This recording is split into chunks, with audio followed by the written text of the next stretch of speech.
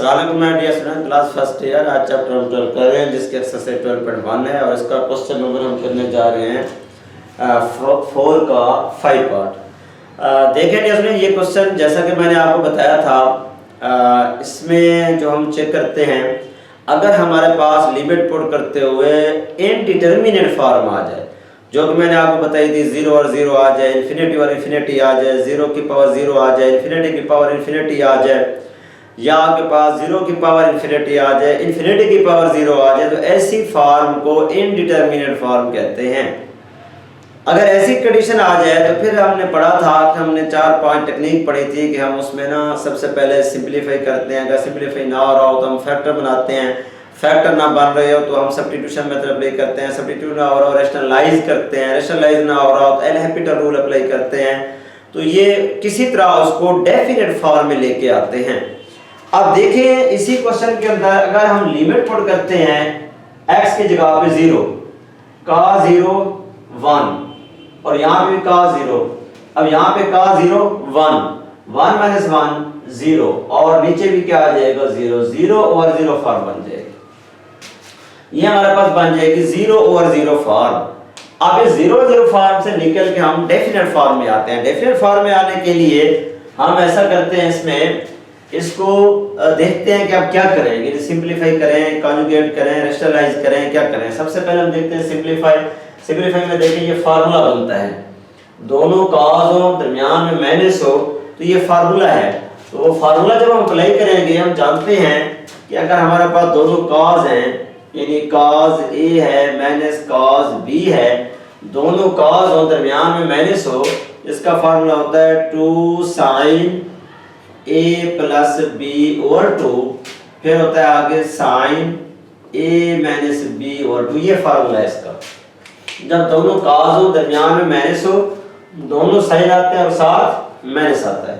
अब ये formula apply करते हुए इसको लिख सकते हैं, इसको लिखेंगे लिमिट x अप्रोचेस टू 0, दोनों cos हैं तो ये लिखेंगे -2 sin ax, a plus b, तो ये समझ ले a है और इस bx को समझ ले ये b है, तो लिखेंगे a plus b। a plus b का मतलब है ax plus bx divided by 2।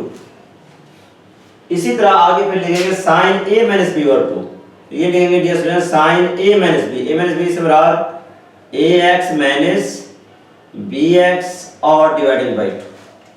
ये हमारे पास आ जाएगा।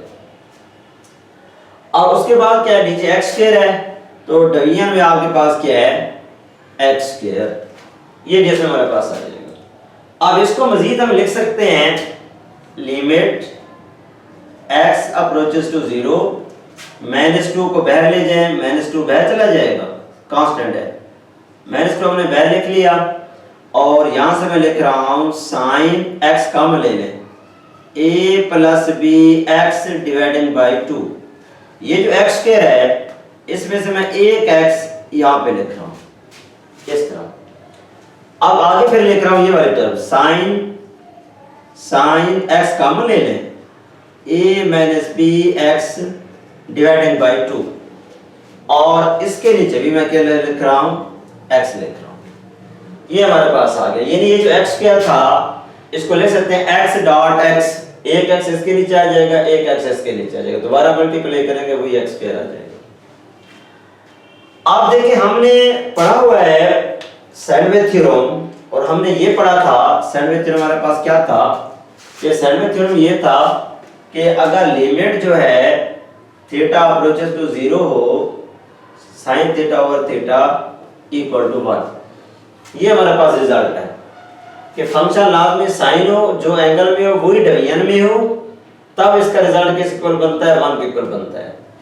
अब देखिए यहाँ पे जो चीज इसके एंगल में है वो डिवीजन में नहीं है, x तो यहाँ ठहरा हुआ है, यहाँ ठहरा हुआ है, किसकी कमी है a प्लस b और 2 की। इधर भी यही चीज है कि साइन है, x भी है, जो चीज एंगल में है वो डिवीजन में नहीं है, a माइनस b और 2 की कमी है तो इसके साथ मल्टीप्लाई करेंगे, डिवाइड भी करेंगे।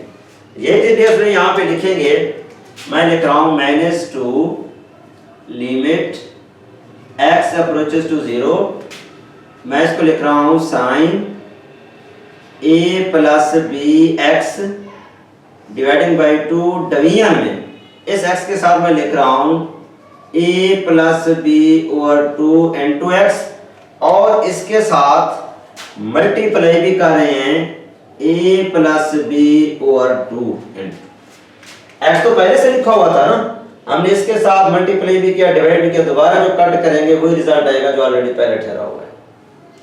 इसी तरह फिर आगे लिखेंगे ये वाला फंक्शन, इसको भी ऐसे लिखेंगे sine a minus B over 2 into X और डिवाइडिंग बाई इसके साथ हम लिख रहे हैं a minus B over 2 into X और इसके साथ भी लिख सकते हैं a माइनस बी ओवर 2। ये जैसे हमारे पास आ गया। देखें अब यहाँ पे देखें, इसको कट करें वही चीज आ जाएगी, यहाँ पे देखें इसको कट करें तो वही ऊपर वाली चीज आ जाएगी जो ऊपर ठहरी हुई है। अब हम ऐसा क्यों कर रहे हैं, हम चाह रहे हैं कि जो चीज ऊपर है साइन के साथ एंगल में है वही डिवीजन में बने ताकि रिजल्ट 1 के इक्वल हो जाए। और इसी तरह ये जो लिमिट है इसके साथ भी अप्लाई कर दें ऐसे और इसके साथ भी लिमिट अप्लाई कर दें, लिमिट x अप्रोचेस टू 0 और इसके साथ इस तरह रिजल्ट आपके पास आ जाएगा। अब ऐसा करते हैं इससे और -2 को बाहर ले जाते हैं, इन दोनों के ऊपर रिजल्ट अप्लाई कर देते हैं, लिमिट वाला रिजल्ट अप्लाई कर देते हैं। तो ये सारा हिस्सा किसके इक्वल हो जाएगा 1 के। ये जो पूरी के पूरी टर्म है इसके मुताबिक सैंडविच थ्योरम के मुताबिक ये जो पूरा रिजल्ट है ये वाला ये सारा आपके पास 1 के इक्वल हो जाएगा। और ये रिजल्ट इसको छोड़ के इस टर्म को छोड़ के ये वाला हिस्सा ये सारा ये वाला तो ये भी आपके पास किसके इक्वल हो जाएगा 1 के इक्वल हो जाएगा इस थ्योरम के मुताबिक। अब देखिए डियर स्टूडेंट्स मैं इसको लिख रहा हूं, हमारे पास क्या आ गया -2, ये 1 के इक्वल हो गया, ये हो गया 1 के इक्वल, यहां से बच गया a प्लस बी ओवर 2 और इधर से ये 1 के इक्वल हो गया और इधर से बच गया a माइनस बी ओवर 2। ये जैसे हमारे पास आ जाएगा। यहां तक पहुंचने के बाद देखें 1 से मल्टीप्लाई 1 आ जाएगा -2।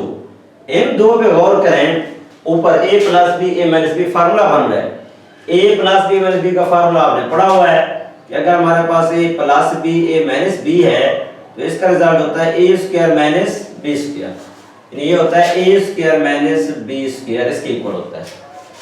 इसी तरह इन दोनों का रिजल्ट जो है ऊपर a square minus b square और 2 2 4, ये जैसे हमारे पास बन जाएगा। ये चीज हमारे पास आ जाएगी। 2 को 2 से कट कर दें, बाकी क्या बच जाएगा 2 और माइनस को तो मल्टीप्लाई करें, minus a square plus b square over 2, तो इसको ले सकते हैं b square minus a square dividing by 2 और ये जैसे हमारे पास क्या आ गया आंसर आ गया। तो ये था कि हमने इसको किस तरीके से और किस तरह प्रूव करना है। तो ये देखिए जैसे हमारे पास लिमिट वाला क्वेश्चन हमें दिया गया था, तो उस लिमिट वाले क्वेश्चन को हमने क्या किया है कि उस रूल को अप्लाई करते हुए कि पहले हम लिमिट अप्लाई करेंगे, देखेंगे कि हमारे पास वो इनडिटरमिनेट फॉर्म में आ रहा है या डेफिनेट फॉर्म में आ रहा है। अगर डेफिनेट फॉर्म में आ रहा हो तो हम वैल्यू पुट कर देते हैं, लिमिट पुट कर देते हैं। अगर डेफिनेट फॉर्म में नहीं है तो फिर हम क्या करेंगे, उसको डेफिनेट फॉर्म में लाएंगे। डेफिनेट फॉर्म में लाने के लिए हमने 4-5 टेक्निक पढ़ी हुई है, वो हम अप्लाई करेंगे।